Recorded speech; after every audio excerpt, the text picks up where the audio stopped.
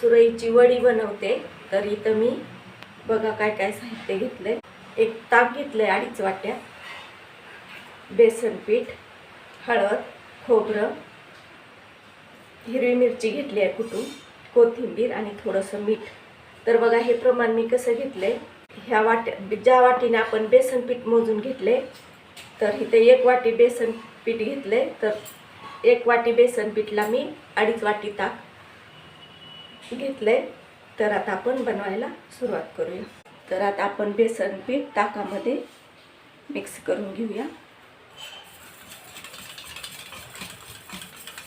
थोडं थोडं मिक्स करून घेऊया.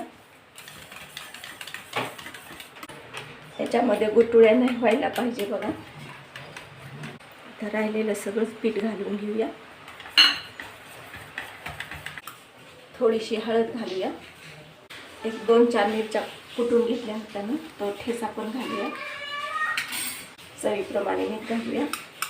मीठ मी मिरची कुटताना पण मीठ टाकलं होतं, त्याच्यामुळे थोडंसं घालूया. बघा ह्याच्यामध्ये एक पण गुठळी नाही राहिली, प्लेन करून घेतले.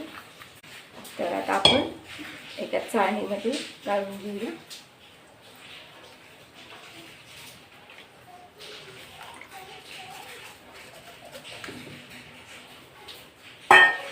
कारण ज्या मिरचीच्या बिया असतात त्या वरी चाळणीमध्ये वरती राहतील. आता हे मिश्रण आपण शिजवून घेऊया. हे मिश्रण आपण मंद आचेवरतीच ढवळून घेऊया, म्हणजे याच्यामध्ये गुठळ्या होणार नाही. बघा हे मिश्रण आपलं घट्ट होत आले.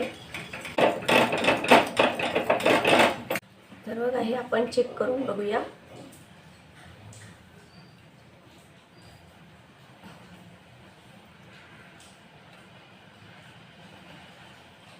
थंड झाल्यानंतर चेक करू.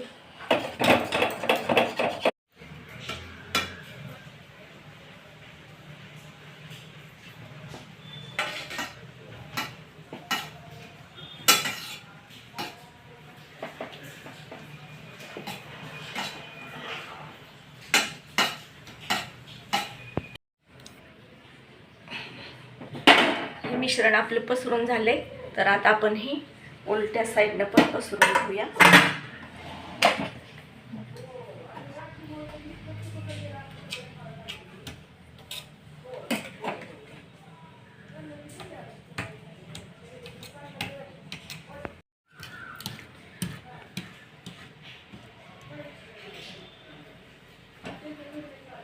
मिश्रण आपलं दोन्ही साईडनं पसरून झाले ताट.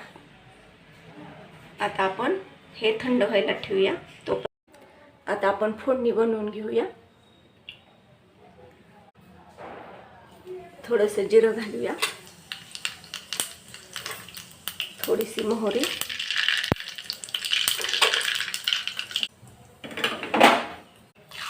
आता आपण फोडणी याच्यावरती घालून घेऊया.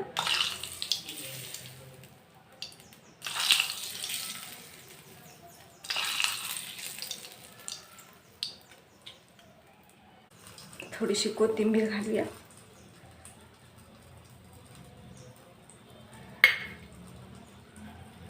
थोडंसं खोबरं घालूया. वडी आता आपण कट करून घेऊया.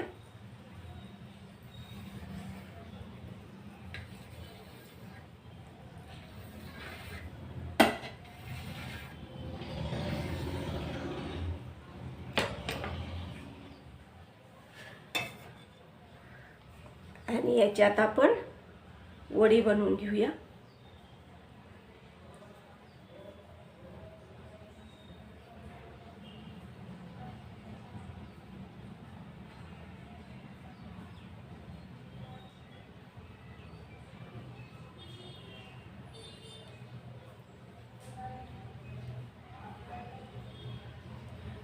तर बघा वडी आपली तयार झाली.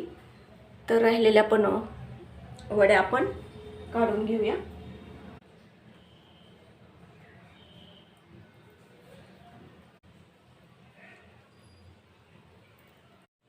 तर थोडीशी कोथिंबीर घालूया वरून, थोडंसं खोबरं पण घालूया. तर बघा आपली सुरईची वडी आपली तयार झाली.